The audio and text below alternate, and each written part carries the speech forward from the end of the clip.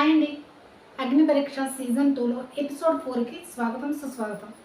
మరి ఇప్పుడు ఏం చెప్తాం అనుకోండి. ఇప్పుడు యాక్చువల్గా ఏం చేస్తారంటే అగ్ని పరీక్షకు చాలామందిని పిలిచారు. పిలవడం వల్ల అందరినీ చూపించలేకపోతున్నారు. అందుకని చూడండి ఎపిసోడ్లోని 5 మంది దాకా వాళ్ళ గురించి ఏమీ చెప్పలేదు, ఏమీ క్లారిటీ లేదు. పాపం వాళ్ళు కూడా వచ్చారు కదా, వాళ్ళకు కూడా కొంచెం స్క్రీన్ స్పేస్ అనేది ఉండాలి కదా. వాళ్ళ గురించి జస్ట్ వచ్చి 1 సెకండ్ చూపించి వాళ్ళ 5గురికి గ్రీన్ కార్డ్ ఇచ్చి పంపించడం జరిగింది. ఇది ఎంతవరకు న్యాయం చెప్పండి? కొంతమందికి పూర్తిగా వేస్తూ అవసరానికన్నా ఎక్కువగా చూపిస్తున్నారు, కొంతమందికి అసలు చూపించటం లేదు. ఇదైతే నాకైతే నచ్చలేదు. మీరు 5 పర్సన్ గ్రీన్ ఇచ్చారు, చూపించారు మనకు దాంట్లో, కానీ వాళ్ళ గురించి ఏమీ డీటెయిల్గా అయితే చెప్పలేదు అనమాట. అది మీలో ఎంతమందికి ఇది కరెక్ట్ కాదు అని అనిపిస్తుందో చెప్పండి. ఎందుకంటే వాళ్ళు ఒకవేళ బిగ్ బాస్కి సెలెక్ట్ అయినా సెలెక్ట్ కాకపోయినా కానీ ఇప్పుడు టీవీ స్క్రీన్ మీద అనేది వాళ్ళు కనిపిస్తారు కదా, దానివల్ల వాళ్ళకి కొంచెం బెనిఫిట్స్ అనేది వస్తాయి కదా. ఎందుకంటే ఒక 5 రోజుల దాకా హైదరాబాద్లో ఉండడం, వాళ్ళు లాస్ ఆఫ్ పేలో వెళ్ళడం చాలా ఉంటుంది. కొంతమందికి ఉద్యోగాలు కూడా వదిలిపెట్టి వస్తారు. వాళ్ళకి ఇటువంటి అడ్వాంటేజ్ అనేది ఉండాలి కదా. అంటే వాళ్ళు వచ్చారు అంటే వాళ్ళకి కొంచెం బెనిఫిట్ అనేది ఉండాలి. ఆ 5గుని అలా అలా తీసి కొన్ని రెడ్ ఇచ్చి పంపించేస్తారంటే కాదు, గ్రీన్ ఇచ్చారు. అటువంటప్పుడు వాళ్ళని కొంచెంగా చూపిస్తే బాగుండేదని నా అభిప్రాయం. మరి మీ అభిప్రాయం ఏంటో చెప్పండి. ప్లీజ్ ముందుగా లైక్ చేసి వీడియో మొత్తం చూడండి. సబ్స్క్రైబ్ చేయలేని వాళ్ళు ఒక్కసారి సబ్స్క్రైబ్ బటన్ క్లిక్ చేయండి. చేశారని అనుకుంటున్నాను. తర్వాత ఫస్ట్ వచ్చింది ఎవరైనా అంటే లక్ష్మీ దీపక్ అనేది వచ్చాడండి. ఈయన వచ్చాడు, ఆయన గురించి చెప్పడం జరిగింది. ముందు డ్యాన్స్ చేసుకుంటూ మంచి ఎనర్జీతో అయితే రావడం జరిగింది. ఈయన చేసిన ఒక పెద్ద మిస్టేక్ ఏంటంటే ఫామ్లో రాస్తారు కదా, నీకు ఈ ఎట్టి పరిస్థితుల్లోనూ నేను ఈ పని చెయ్యను అని చెప్పేసి దాంట్లో ఏమి రాశాడంటే నేను గడ్డము మీసము తీయను అని చెప్పి రాశాడు కదా. అప్పుడు నవదీప్ గారు వచ్చి ఏం చేశారంటే ఆయన గురించి ఇంట్రడక్షన్ చేస్తున్నప్పుడు ఒక్కొక్కటి మెడలో ఒకసారి స్పెట్స్ ఇచ్చారు, ఒకసారి మెడలో దండ ఇచ్చారు, వేశారు, అలా డిస్టర్బ్ చేస్తూ ఉన్నారు. ఆ అబ్బాయి యొక్క రియాక్షన్ ఎటువంటిదో చూద్దామని చెప్పేసి, కానీ ఎటువంటిగా ఏ విధంగా రియాక్ట్ అవ్వలేదు అబ్బాయి. తర్వాత ఏం చేశారంటే ఎరేజర్ ఇచ్చారు. ఇచ్చిన తర్వాత ఏం చేసుకోవాలని చెప్పేసి అడిగారు. ఏం చేసుకుంటావు దాంతో అని అడిగారు. అడిగితే ఏమంటే షేవ్ చేసుకోవాలని చెప్పేసి షేవ్ చేసుకోవడం మొదలుపెట్టాడు. కానీ ఆయన ఫామ్లో ఏం రాశాడు, ఎటువంటి పరిస్థితుల్లో గడ్డము మీసం నేను తీయనని చెప్పి రాశాడు. ఏంటంటే కొంచెం ప్లే గేమ్ ఆడాడనమాట. ఎందుకంటే ఫామ్లో ఏది రాస్తారో అదే చేయమని చెప్తారు కదా, అందుకని చెప్పేసి తీయను ఎందుకని అన్నాడు. ఆయనకి హెయిర్ అంటే ఇష్టం అన్నమాట. అందుకని చెప్పేసి ఇది తీయనని చెప్పాడు. ఇది తీయనంటే ఇది తీయమంటారు కదా, గడ్డాన్ని మీసాన్ని అది తీసేయచ్చని. అది ఫామ్లో ఏం రాస్తాడు, ఈ అబ్బాయి మర్చిపోయి ఏం చేశాడు, గడ్డము అది తీయడం మొదలుపెట్టాడు. అదేంటి నువ్వు హెయిర్ తీయనని చెప్పావు కదా అని చెప్పాను అనంట. లేదు నేను గడ్డం మీసం తీయనని చెప్పాను, లేదు నేను హెయిర్ తీయనని చెప్పాను అని అన్నాడు. హెయిర్ తీయనని చెప్పడం కాదు, నువ్వు గడ్డం మీసం తీయనని చెప్పావు, మరి ఇప్పుడు అది ఎలా తీస్తున్నావు అని చెప్పేసి అన్నాడు. లేదని అన్నాడు. కొంచెం అబద్ధం ఆడడానికి ప్రయత్నం చేసిన తర్వాత అప్పుడు శ్రీముఖి ఏమన్నదంటే ఇక్కడ నీ ఫామ్లో ఉంది చూడు, నువ్వు ఇటువంటి అబద్ధం ఆడతావా అది ఇదని చెప్పేసి గట్టిగా కొంచెం అడగడం జరిగింది. ఆ అబ్బాయి దాంట్లో కూడా తొనకుండా బెలకుండా, కానీ తప్పు చేశాను నేను, ఇది నిజం చెప్పమంటారా అబద్ధం చెప్పమంటారంటే ఇప్పుడు బిందు మాధవ్ గారు ఏమంటే నువ్వు ఆల్రెడీ అబద్ధం చెప్పావు కదా, ఇంకా నిజం చెప్పేది ఏముందన్నాడు. యాక్చువల్లీ నేను రాశాను గడ్డము మీసము తీయనని చెప్పి. ఎందుకు రాశానంటే మీరు అదే తీయమంటారని చెప్పేసి. హెయిర్ అంటే అతనికి ఇష్టం, హెయిర్ అనేది కట్ చేసుకోవడం ఆయనకి ఇష్టం లేదంట. అందుకని చెప్పేసి హెయిర్ని కాపాడుకోవడానికి గడ్డం మీసం తీయను అని చెప్పి రాయడం జరిగింది అనమాట.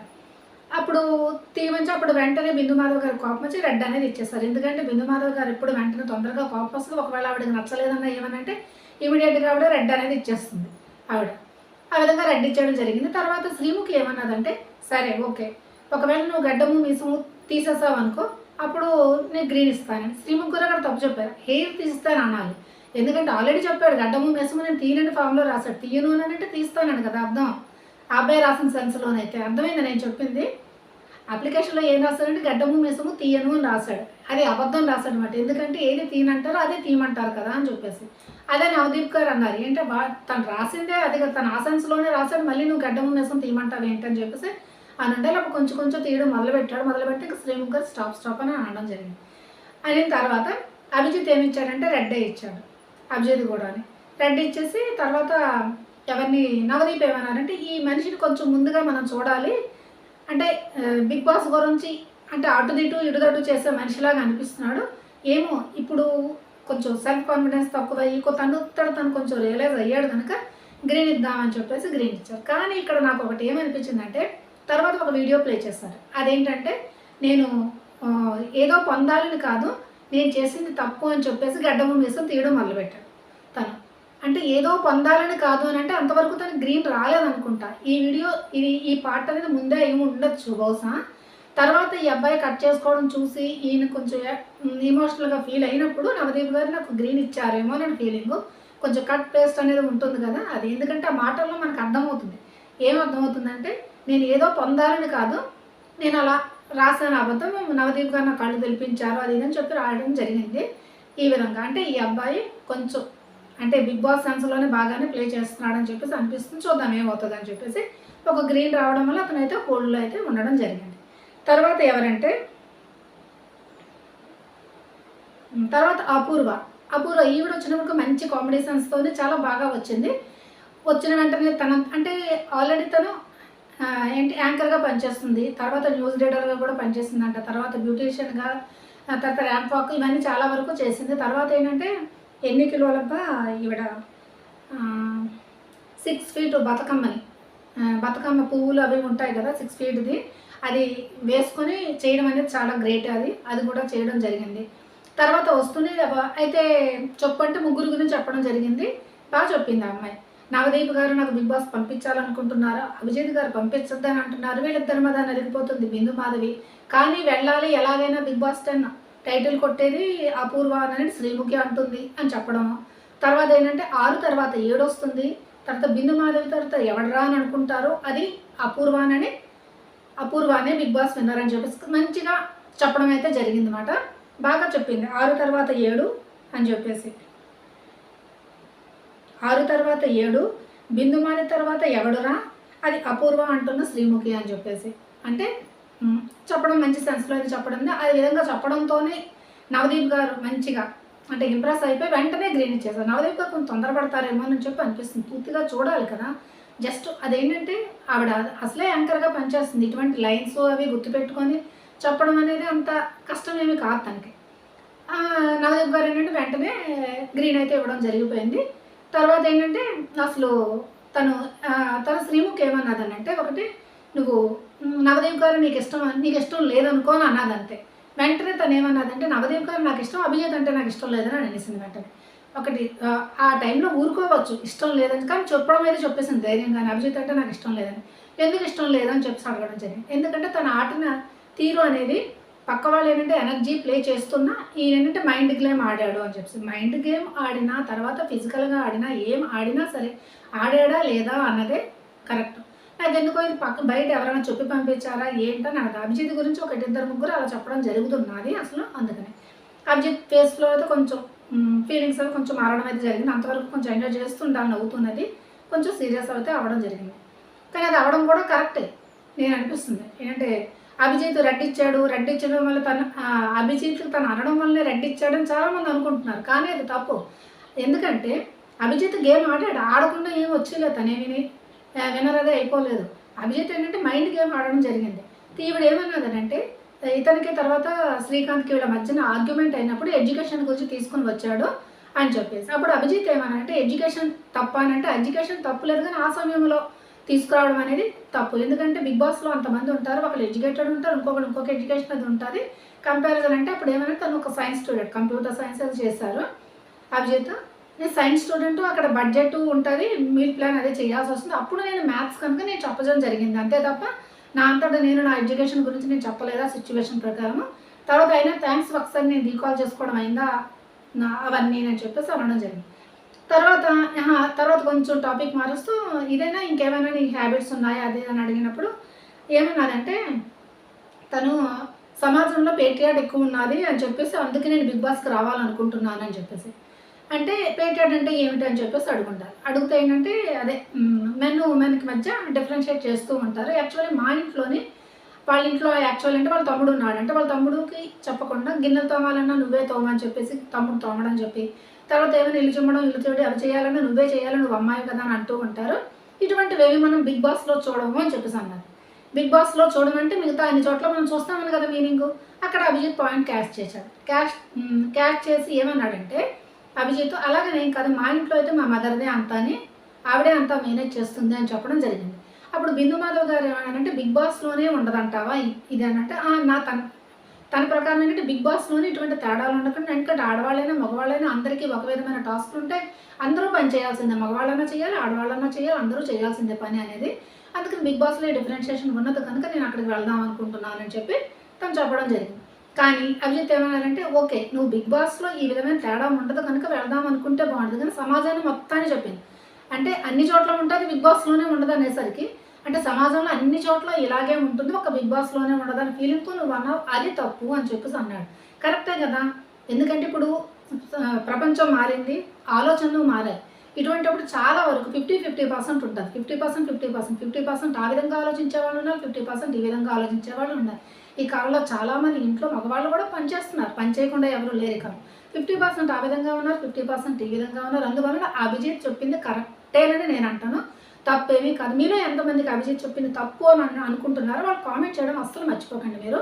ఒకవేళ నేను చెప్పింది మీరు తప్పని అనిపిస్తే, ఏమో మీరు చెప్పిన ప్రకారం ఆలోచిస్తే అది కరెక్ట్ కూడా అయి ఉండొచ్చు, నాకు తెలీదు.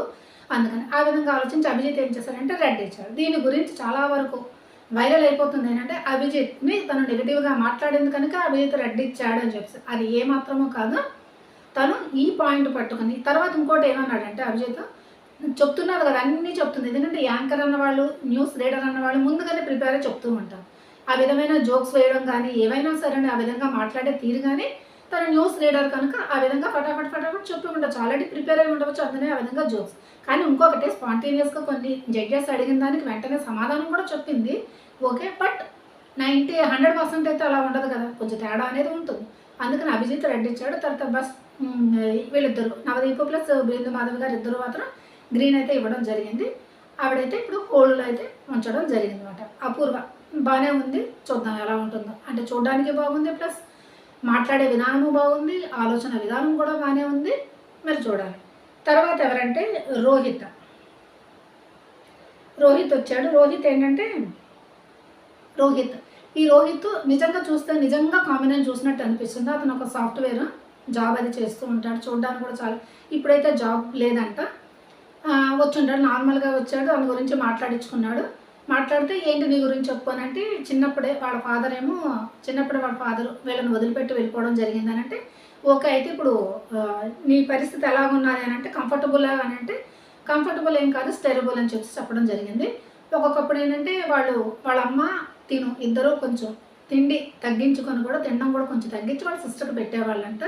పరిస్థితి ఆ విధంగా ఉండేది అని చెప్పడం జరిగింది. జరిగిన తర్వాత ఏంటంటే బిందు మాధవ్ గారు తనని పిలవడం జరిగింది ముందుకి, ఇట్రా అని చెప్పేసి అని స్వీట్ ముక్కలు 2 పెట్టారు. పెట్టిన తర్వాత తింటూ ఉన్నాడు, ఎందుకు పెట్టినాడు అని ఒకసారి ఆశ్చర్యం వేస్తుంది బిందు గారు ఆ విధంగా పిలిచి స్వీట్ పెట్టడం అనేది. ఏంటి స్వీట్గా పిలిచి ఒక్కసారి వాటర్ బాటిల్తో నీళ్లు పోయడం జరిగింది. నీళ్లు పోసిన తర్వాత కూడా ఈ రోహిత్లో ఎటువంటి రియాక్షన్ లేదు, నవ్వుతున్నాడు అంతే, ఏ విధంగా మాట్లాడలేదు. మాట్లాడకపోతే ఇంకొకసారి బాటిల్తో నీళ్ళు పోసింది, అయినా సరే తను నవ్వుతూనే ఉన్నాడు. అప్పుడు బిందు మాధవ్ గారు ఏమంటే నీకేమీ అనాలనిపించటం లేదా, తిట్టాలనిపించడం లేదా వాటర్ పోస్తుందంటే, లేదు మీరు వాటర్ పోసారంటే నన్ను ఇరిటేట్ చేద్దామనో లేకపోతే ఏదో పాయింట్ మీద, ఏ పాయింటో మీరు చెప్పండి ఎందుకు వాటర్ పోస్తారని చెప్పి, నీకు కోపం రావాలి కదా ఆ పరిస్థితిలో అని అంటే, లేదు నాకు కోపం ఏం రాలేదు, మీరు ఎందుకు పోస్తారో తెలుసుకుందామని చెప్పి అనుకుంటున్నాను. తర్వాత ఏంటంటే అన్ని చోట్ల ఒకేసారి ట్రిగర్ అయిపోవాలని ఏం లేదు, ఆలోచించవచ్చు కూడా అని చెప్పేసి తను చెప్పండి. 3వసారి కూడా మళ్ళీ వాటర్ పోస్తారు, అయినా తన దాంట్లో చలనం ఏమీ లేదు, నార్మల్గానే ఉన్నాడనమాట.